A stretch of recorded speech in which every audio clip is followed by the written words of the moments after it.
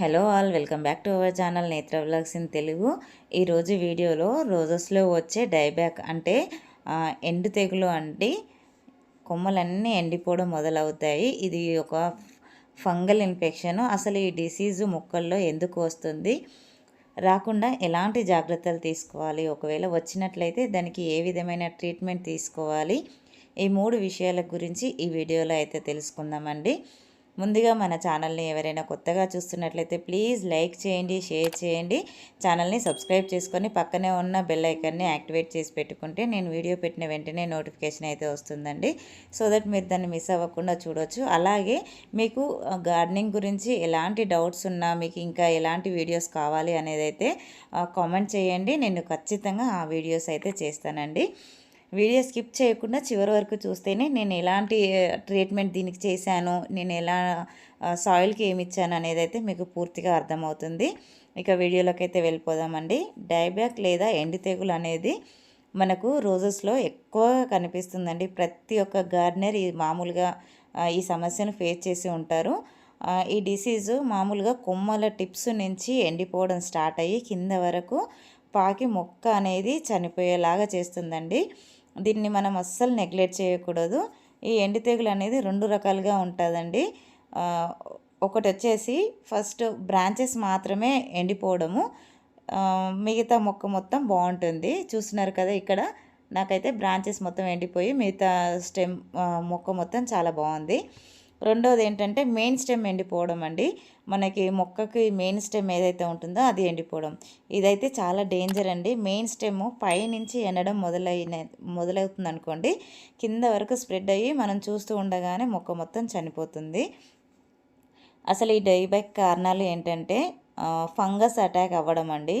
ఇంకొకటి వచ్చేసి over watering లేదా లెస్ వాటరింగ్, ఇంకా సాయిల్లో బలం లేకపోవడం. ఈ ప్రాబ్లమ్స్కి ఏ విధంగా ట్రీట్మెంట్ ఇవ్వాలి అంటే, అసలు మనం మొక్క నాటేటప్పుడే సాయిల్ ప్రిపరేషన్ అనేది చాలా ఇంపార్టెంట్ అండి. గులాబీ మొక్కల్ని ఎప్పుడూ కూడా కొత్త సాయిల్లోనే మంచి ఆర్గానిక్ మాన్యూర్ కలిపి పెట్టుకుంటే ఎటువంటి డిసీజ్ వచ్చినా మొక్క తట్టుకుంటుంది. మనం అన్ని జాగ్రత్తలు తీసుకున్న ఈ ఎండు తెగులు వచ్చినప్పుడు ఎలాంటి జాగ్రత్తలు తీసుకోవాలో తెలుసుకుందామండి. చూస్తున్నారు కదా, ఇప్పుడైతే మన మొక్కకైతే స్టెమ్ అయితే ఎండిపోయిందండి. స్టెమ్ ఎండిపోయి కింది వరకు వచ్చింది, చూస్తున్నారు కదా. దీనికి ఫస్ట్ మనమైతే ప్రూనింగ్ చేసుకోవాలండి. అంటే ఆ డిసీజ్ మొక్క మొత్తం స్ప్రెడ్ అవ్వకుండా ఎండిపోయిన చోటు నుంచి 1 ఇంచ్ కింది వరకు ఆ స్టెమ్ను కట్ చేసేయాలి. చూస్తున్నారు కదా, వీడియోలో చూపిస్తున్నట్టయితే మనకైతే సమస్య ఎక్కడ దాకా ఉందో దాని నుంచి 1 ఇంచ్ కింది వరకు అయితే నేను కట్ చేసేసుకుంటున్నాను.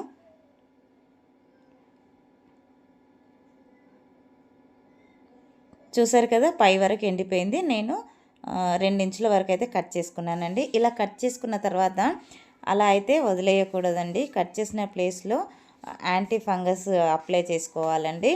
ఈరోజు ఆర్గానిక్ వేలో ఫంగిసైడ్ని ఏ విధంగా తయారు చేసుకొని మన మొక్కలకి అప్లై చేయాలో చూద్దాం. ఇక్కడ చూసారా, ఇదైతే పసుపు అండి.